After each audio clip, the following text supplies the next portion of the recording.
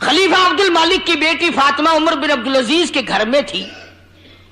जिस दिन खलीफा अब्दुल मालिक का इंतकाल हुआ तो मरने से पहले एक लिफाफा बंद करके मोहर लगा के रख दी और कहा कि मेरे मरने के बाद इसे जामिया मस्जिद में जुमे के टाइम खोलना। एक लिफाफा सर बमोहर करके रख दिया, उसमें कुछ लिख दिया और यह लिखा कि इसको मस्जिद में जाके खोलना और जामे मस्जिद में खोलना और जुमे में खोलना।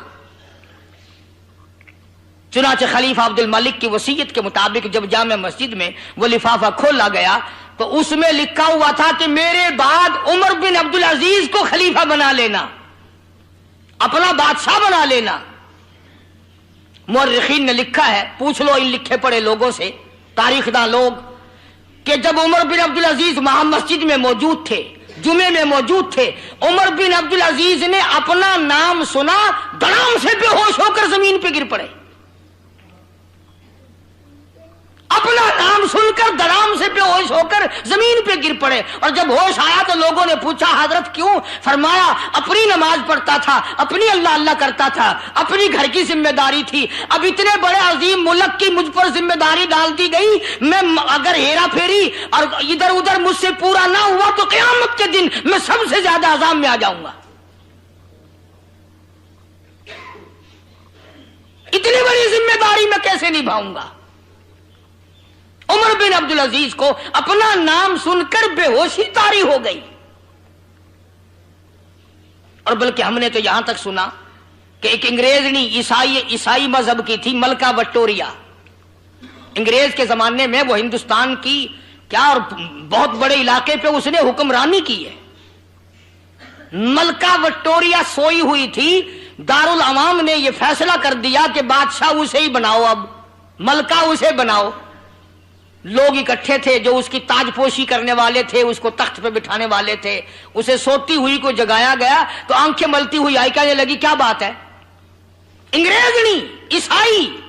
उन्होंने कहा तू सोई है, तेरी तो ताजपोशी होनी, अभी तुझे तो तख्त शहनशाही पे बिठाया जाएगा। तो कहते हैं उसने रो दिया, बड़ी रोई बड़ी रोई। उन्होंने कहा पागल हो गई है, तुझे बादशाह बना रहे हैं, रो रही है। कहने लगी अपनी नींद सोती थी, अपनी नींद उठती थी, इतने बड़े मुल्क की जिम्मेदारी मुझ पे डालकर मेरी नींद भी हराम कर रहे हो, मेरा खाना पीना भी हराम कर रहे हो। एक काफिर औरत को भी इस बात का तसव्वुर आया,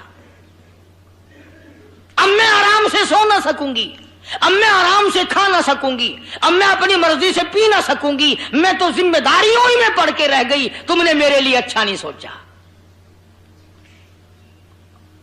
अब जहां कौम ये आलम बनाए फिरती हो जो हमारे यहां बना हुआ है, तो अल्लाह ही वारिस है भाई। तो मेरा अर्ज करने का मकसद ये था कि उमर बिन अब्दुल अजीज खलीफा तो बन गए, बादशाह तो बन गए, मगर अगले ही रोज अपनी घरवाली को पूछ लिया, फातिमा बिन्त अब्दुल मालिक को बुला के कहा मेरी घरवाली फातिमा बता, मेरे पास रहना चाहती हो या तलाक लेना चाहती हो? बादशाह बना, ने कहा जल्दी बताओ मेरे पास रहना है या तलाक लेनी है? ने कहा मेरा गुनाह तो बताओ, मुझे तलाक क्यों दी जा रही है?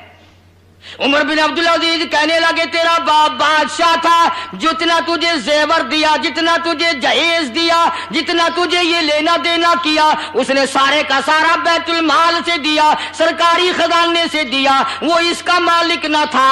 अब याद रखे अगर मेरे पास रहना चाहती हो, ये सारे जेवरात उतारो, ये सारा लिबास उतारो, ये घर की सारी चीजें उठाकर बैतुल माल में पहुंचा के आओ, और अगर मेरे पास ये तमाम चीजें नहीं देनी तो मुझसे तलाक ले लो। इतना अल्लाह वाला आदमी बादशाह होकर इतना अल्लाह वाला आदमी था। उम्र सानी मुर्रिखीन ने लिखा है कि दूसरा उम्र आया था ये दुनिया में, सारी जिंदगी में एक दिन तहज्जुद की नमाज कदा नहीं हुई,